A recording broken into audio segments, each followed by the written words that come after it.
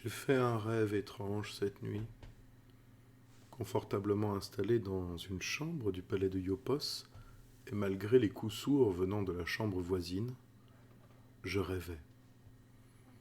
J'arpentais un singulier chemin dans une montagne en hiver.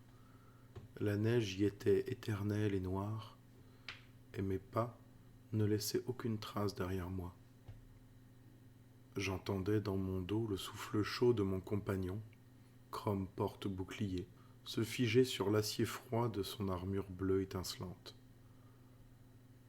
La lumière au bout du bâton d'Elfaran d'Œil-Lune scintillait comme un phare, dont le pâle éclat se reflétait dans un flair acéré au bout du casque argenté du capitaine Brax Souffle-Songe, dont la tête dépassait à peine de la surface de la neige.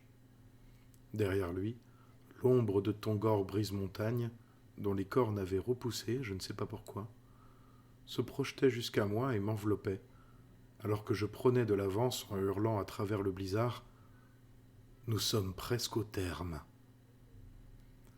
Devant moi, un peu plus haut sur la pic rocheux, se tenait le temple de Minbruges. L'orque des mauvaises terres se tenait à l'entrée.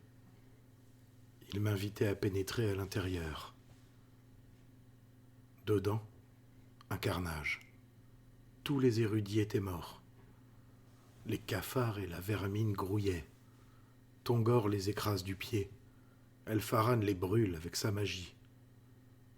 Le capitaine Brax me jette un regard et je comprends qu'il a compris.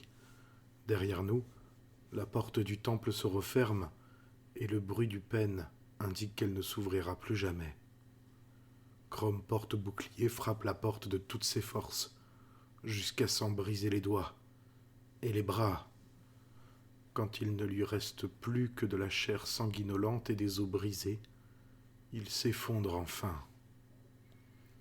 J'avance, à la recherche de la pièce. Il y a un couloir très long, avec de nombreuses portes. Brax en ouvre une et la referme aussitôt, alors qu'une larme manque de le noyer dans son casque. Il le retire à la recherche d'air. Je comprends qu'il vient de revoir Kermodan.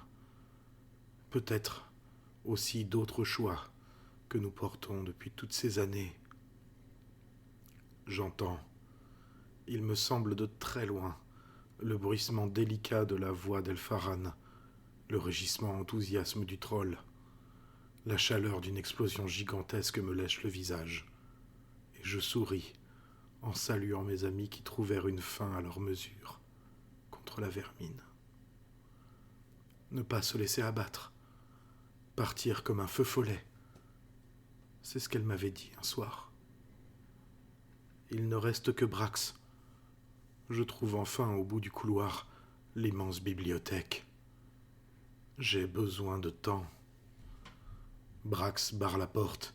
Déjà son regard se fait froid. Sa peau noircit et se nécrose. Je cherche les livres.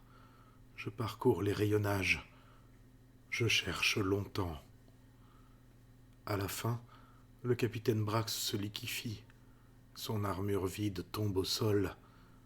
La porte cède. Et la vermine envahit la bibliothèque. Je m'allonge sur le sol et me laisse recouvrir par les grouillants. Au-dessus de moi, le globe de pierre touche enfin la surface de l'eau.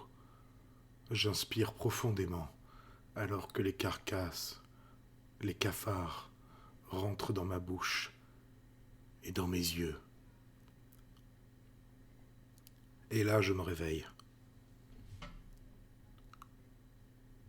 Je suppose qu'à un moment donné, il y aura un incident déclencheur. Quelque chose se passera. Une pierre roulera depuis le haut du tas. Troal trouvera la force d'entrer véritablement en guerre. Après la défaite contre le Behemoth, et les autres suivront. Le compact de Valerius Ier trouvera encore une fois un écho à travers Barseive. Je suppose qu'à un moment donné, l'audace ne suffira plus à faire gagner Neden. Je suppose alors que Carafat sortira de l'ombre. Ils trouveront, Neden, Kratisgorn, un terrain d'entente idéologique évident. Je suppose qu'à un moment donné, les forces libres pousseront les terrans jusqu'à Vivanne, peut-être même quai des nuages. Je suppose qu'une grande bataille suivra, et qu'il fera ce qu'il faut pour que Néden l'emporte, mais juste assez pour que Troal ne l'emporte pas trop. Une victoire pyrrhique.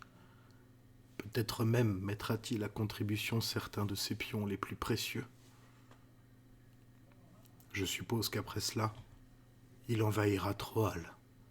Il laissera à Carafa la liberté de garder la frontière sud-ouest pour lui, et il régnera sur la province. Il offrira les tribus qu'il faudra, mettra qui il faudra là où il le faudra. Je suppose qu'une fois cette menue affaire réglée, il s'occupera de ce qui importe vraiment. Je suppose qu'à un certain point, juste avant le terme, l'Empire sera en passe de s'effondrer sous le poids des envahisseurs, de la chasseresse, ou des deux. Il jouera alors sa carte maîtresse.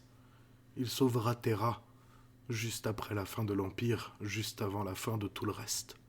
Il brisera peut-être la dernière chaîne à ce moment-là, et, si je savais comment, il jouera sa dernière carte, la seule qui importe vraiment. Je suppose alors qu'il aura sauvé le monde. Vive Hull!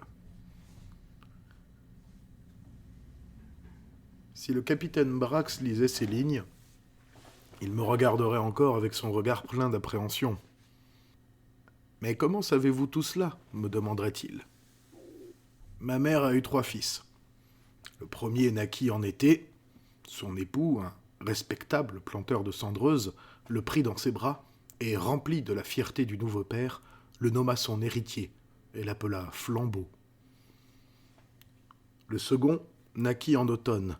Les vents froids soufflaient dru sur les ruines de l'empire de Landis, et mes parents, craignant l'hiver rigoureux qui arrivait, prièrent Jaspris et m'appelèrent Présage. Le dernier vint au monde au printemps de l'année suivante, et sa tête ronde et rigolote en fit le favori de sa mère. Elle l'appela Chance et le couvrit d'amour. Il y a un hiver rigoureux qui vient, et Jaspris reste silencieux. Capitaine, pensez-vous, comme ma mère, que je sois mû par une force surnaturelle, un destin, un devoir d'apporter une réponse réconfortante avant les neiges ? Je regrette. Je ne suis qu'un envol avant un feu de prairie, qu'une douleur aux articulations avant un orage, un claquement régulier avant la fin du papier à musique. Je ne suis qu'un présage. Ma venue est aléatoire. Mes réponses sont des mirages. Je n'ai que des vagues intuitions et des envies d'actes déraisonnables.